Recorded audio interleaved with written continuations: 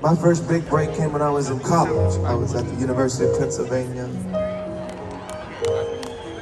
in Philadelphia, and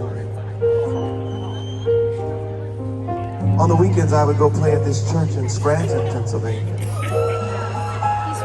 All right, we got a Scranton fan. It's the home of Michael Scott.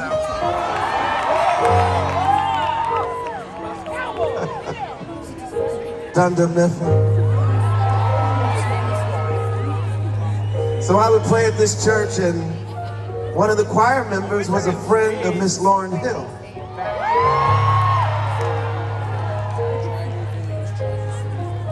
She said, "Why don't we go to the studio and meet Miss Lauryn Hill?" And I said, "Okay, let's go." And she was working on her solo debut, and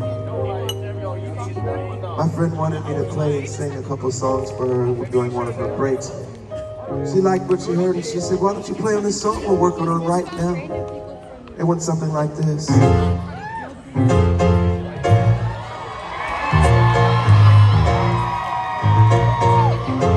You guys remember that? Everything is Everything. It was track 13 on the Miseducation of Lauryn Hill. Remember when you used to remember what track numbers things were? I was just thinking about that today. I was like, people don't know what track number anything is anymore. Well, I went around and bragged to everybody at school that I was on track 13. They even started calling me track 13.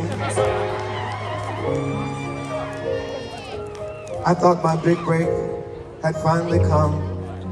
I didn't want to play piano for anybody. I wanted to be a solo artist, make my own music, write my own music, perform my own music. And I was hoping I would get a record deal. And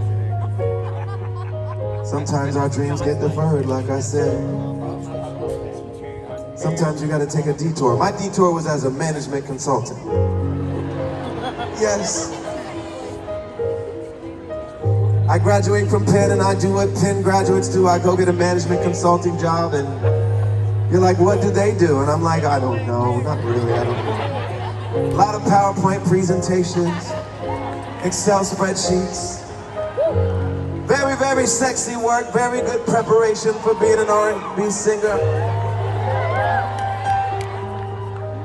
But at night, I was still pursuing my dream. I would go to the studio and write songs.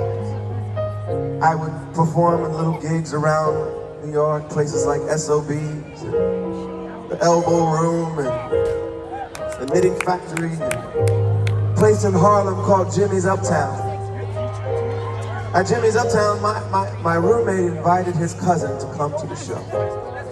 He had just moved in from Chicago. His name is Kanye West. You guys know him? So Kanye comes to the show, and he liked what he heard and what he saw, and he said, "Why don't we start working together?" And Kanye was working on his demo, which eventually became The College Dropout. And I was working on mine, which eventually became Get Lifted. We helped each other. He had me sing on his. When it comes to being true, at least true to me, one thing I found, oh, you never let me down. When it comes to being true, at least true to me, one thing I found, oh, you never let me down. Yeah, he brought me in with other artists like Slum Village. I'm calling out to all you're my ladies, and I can't let you be with no one but me, baby. Yeah, that was me too.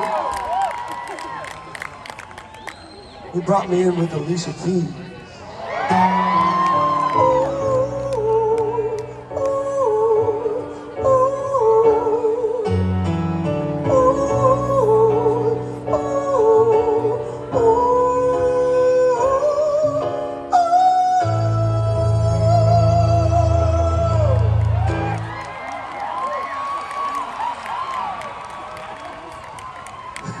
was me too.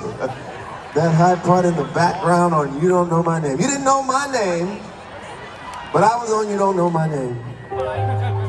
In the meantime, I was still working on my solo project, and I was being managed by the same manager as the Black Eyed Peas. And my manager was like, why don't you write with will.i.am? I said, sure, let's try it.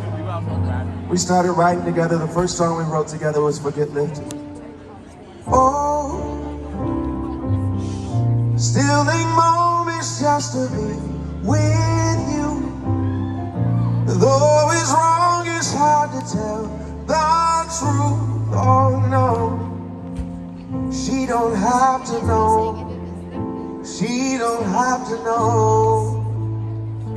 She don't have to know. You remember that one? Who's been with me since Get Lifted?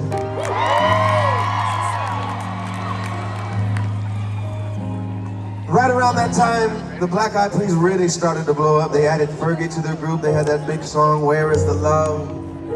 With Justin Timberlake. And Will would occasionally bring me to the studio to write some songs with him for their group. And the goal was for me to write choruses for a hip-hop song that they would turn into a Black Eyed Peas song. And we wrote this chorus.